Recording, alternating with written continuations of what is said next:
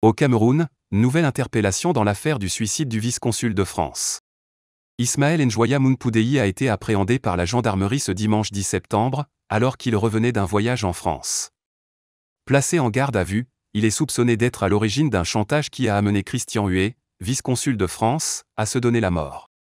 C'est en toute discrétion que les forces de sécurité ont procédé, ce dimanche 10 septembre, à l'arrestation d'Ismaël Njoya Mounpoudéi, un Français d'origine camerounaise âgé d'une cinquantaine d'années, dans le cadre de l'enquête sur le suicide de Christian Huet, ancien vice-consul de France à Douala.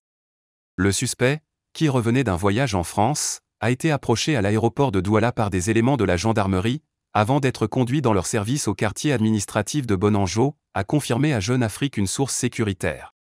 Chantage. Le nom d'Ismaël Njoya Mounpoudéi avait été cité par des sources non officielles dès l'annonce du suicide du vice-consul de France. L'entrepreneur était alors soupçonné de posséder des documents compromettants, dont il se serait servi pour exercer un chantage sur la victime. Et c'est excédé de ces manœuvres que ce dernier se serait donné la mort. Si ces informations n'ont pour l'heure pas été confirmées, Jeune Afrique a appris que le vice-consul de France s'était confié à des proches de difficultés qu'il rencontrait. Ceux-ci ont pour la plupart été entendus.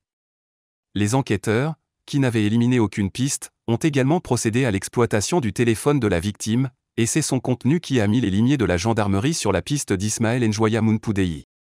Ismaël Njoya Mounpoudéi est le patron d'un groupe d'entreprises dont la plus importante, Société camerounaise d'intermédiation et de négoce, SIN, est membre du JICAM, la principale organisation patronale du pays. Il a à son actif de nombreuses prestations de services, notamment avec l'entreprise concessionnaire du chemin de fer au Cameroun Africa Group Logistique, AGL. Ni le JICAM ni AGL n'ont souhaité faire un commentaire sur ces développements.